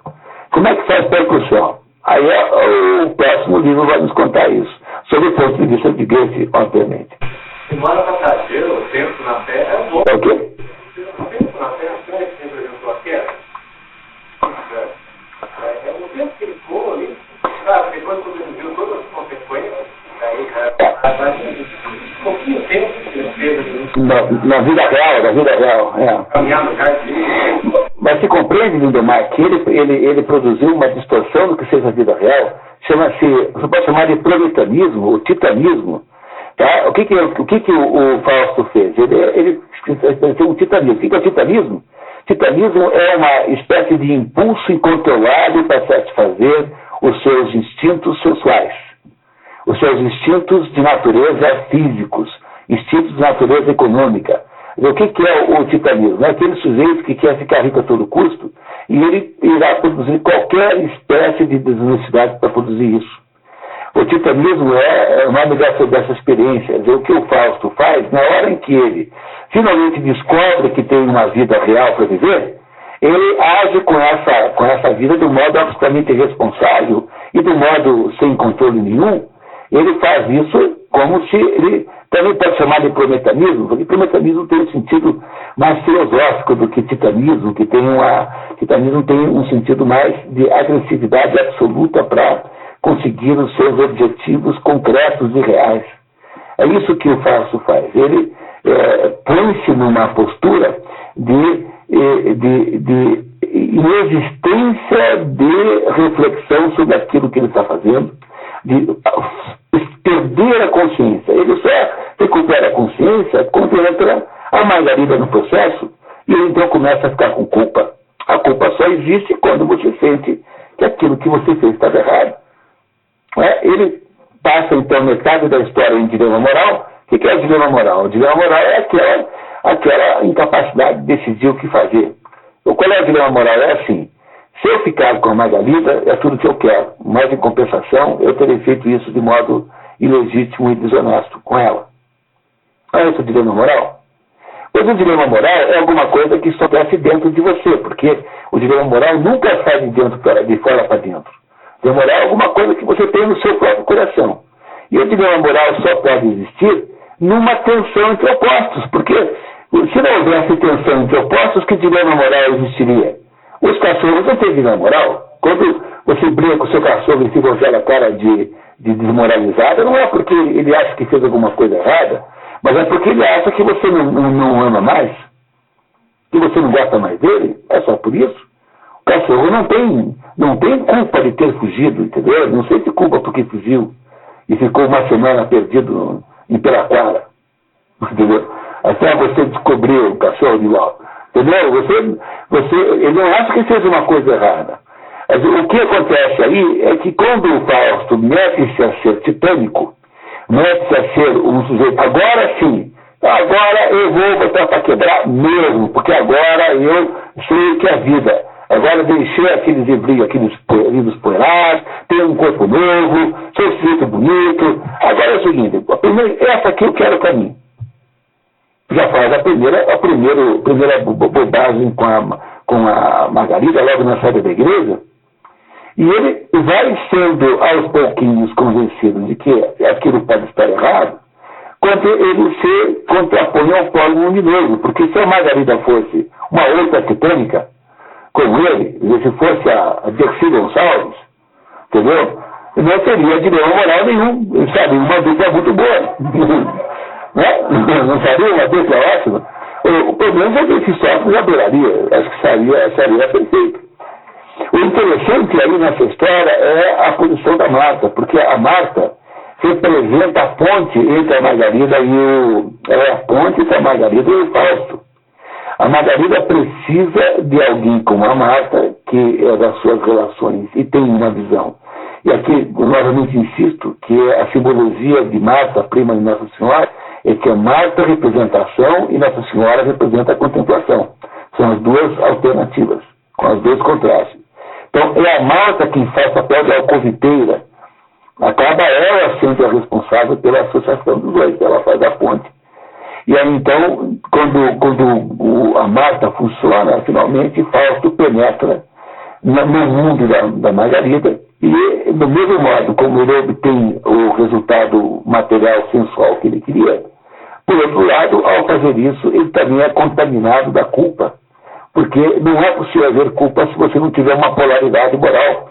Tem de haver um contraste entre dois pontos, entre o certo e o errado, para poder haver culpa. Por isso é que quando você tem um dilema moral, sempre há três maneiras de você tentar fugir. Eu sempre insisto nisso, porque é uma maneira fácil de compreender. A primeira maneira é você inventar que você não é você. O que você faz? Você inventa um mundo fictício, como o Second Life, e diz assim, não, eu na verdade não sou eu sou o fulano e tal lá no Second Life, e lá não tem esse problema. Então essa é a primeira maneira como se resolve o dilema moral. A segunda maneira é você dizer assim, não, esse problema só existiria para mim, só teria esse dilema, se a regra a regra que eu estou prestes a infringir valesse para mim também, mas não vale para mim, porque para mim há regras especiais. É o Raskolnikov do Crime e Castigo. Quem quiser entender essa mentalidade, basta ler o Crime e Castigo e ver como pensa o Raskolnikov. O terceiro jeito é o jeito de dizer assim, não, eu não tenho um problema de verdade, porque esse negócio de dilema moral é sempre uma falsa questão, é um problema social. É alguma coisa que a classe dominante inventou, que os poderosos querem que eu me sinta culpado. Então eu simplesmente não ligo para isso, não tenho nada a ver com isso, não é problema meu. Esse é o meu sor do estrangeiro. As três saídas do dilema moral, as três tentativas de escapar dele, são essas três. A tentativa tipo Second Life, a tentativa tipo Raskolnikov e a tentativa tipo Merceau. Aí você vê a beleza da literatura. Quer dizer, a literatura consegue explicar para você isso num romance maravilhoso como, por exemplo, O Crime e Castigo, sem que você precise ler um livro de 2.000 páginas, um tratado sobre isso filosófico. Porque o Dostoiévski conta isso com esta concretude e com esta síntese objetiva e agradabilíssima. Essa é a função da grande literatura, de contar como você mesmo é, a verdade das mentiras, contar o quanto as mentiras são verdadeiras em última análise. Pois o Fausto não tinha um dilema moral no começo. No começo o Fausto tinha um dilema intelectual, que é assim, tem cabimento eu ficar aqui pesquisando essas coisas aí, que não tem nenhum cabimento, quer dizer, pesquisando aqui o percurso da minhoca em terreno pantanoso, quando na verdade está todo mundo tomando cerveja? Era esse o problema que Fausto queria resolver no início. Entendeu? É como eu tenho uma amiga que mora na Bahia e faz doutorado na Bahia. E eu falei para ela, me conta uma coisa, eu queria muito saber, dá para fazer doutorado na Bahia? Ela falou assim, olha, a coisa mais absurda do mundo estudar lá. Porque você está lá num canto, lá estudando, por exemplo, do teatro. E está todo mundo na praia, você se sente assim como o sujeito mais fora do mundo que pode existir. O dilema que Fausto queria resolver no problema era esse. Será que eu não vou chegar... Eu estou com 60 anos, não entendi nada, não aprendi nada. Ainda tenho uns anos de vida, eu ainda não sou tão velho que não possa desejar, lembra? Não estudar, eu ainda tenho essa situação ambígua de ainda ter idade para tentar alguma coisa. Então, será que não é o caso de eu chutar para lá esses livros e tomar sopa, que é muito melhor? Viver a vida, ter amigos, sair, ir para a praia, ir a Foz do Iguaçu, sei lá, entrar num cordão carnavalesco em Guaratuba, no carnaval, entendeu? Será que não é essa vida que eu estou jogando fora, que não faz sentido? Eu imagino que uma adolescente estudando assim, começando estudando, deva ter exatamente essa sensação. Por que eu estou aqui estudando esse negócio satélite que eu não quero estudar, quando todos os meus amigos estão lá na Caiobanda? Não é só adolescente? Eu não tenho mais esse problema. Eu, de modo geral, prefiro sempre estudar e ir para Caiobanda. Mas deve ser um dilema assim.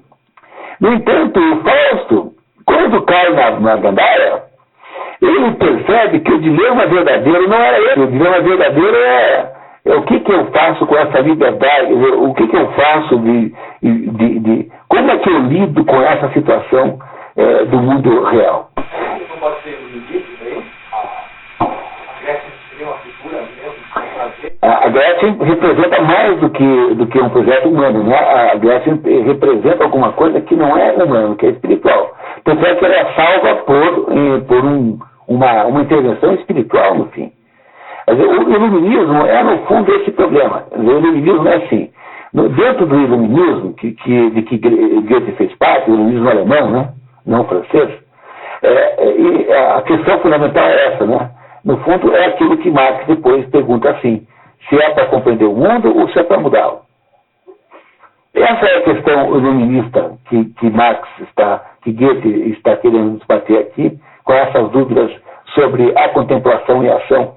Reparem que o que estabelece aí, fundamentalmente, o início da história é a contemplação e a ação, Maria versus Marta. Essa é a antinomia central da obra. O Hamlet é a mesma coisa, só que o Hamlet tem uma diferença, porque o Hamlet, ele sabe um segredo que implica na anulação do sentido do mundo. É como se você descobrisse hoje que você é uma criança adotada, foi uma criança adotada. Imagine que se chegasse alguém para você e te contasse que você não é filho do seu pai ou da sua mãe. O que aconteceria com você automaticamente é que toda a sua vida pareceria falsa, de uma hora para outra. Você iria ter a sensação de que você viveu uma vida completamente falsa. O que Hamlet vive como dilema pessoal é a descoberta de que tudo aquilo que está acontecendo na Dinamarca é falso, porque o rei, na verdade, matou o irmão, pai dele, o rei é ilegítimo, a mãe casou com o assassino do marido, sem saber, e que, portanto, aquilo tudo é falso. E começou a ser falso 10 anos antes, ou melhor, 3 anos antes, quando o próprio rei Hamlet ganhou a Dinamarca do rei Fortinbras, que era o legítimo dono daquilo. Então, o problema de Hamlet é que ele não sabe o que fazer, porque toda a descoberta de uma verdade absolutamente grave é naturalmente paralisante. Você não sabe o que fazer, porque você não sabe qual é a próxima. Como é que você faz? Agora você chega em casa e continua chamando seu pai de pai, e sua mãe de mãe? Pode até ser que você faça isso, mas você vai ter um problema há uns tempos para resolver isso, né? Não é assim? Então o problema de Hamlet é muito diferente. Aqui, no caso, o Fausto não descobriu segredo algum, justamente porque não descobriu segredo nenhum que queria se matar. Mas daí o que acontece? Ele vai percebendo que talvez ele estivesse enganado e o que fizesse sentido na vida mesmo não seja estudar, mas é tomar cerveja. E ela se deu mal, né? Mas ela sabia disso. A Margarida tinha uma noção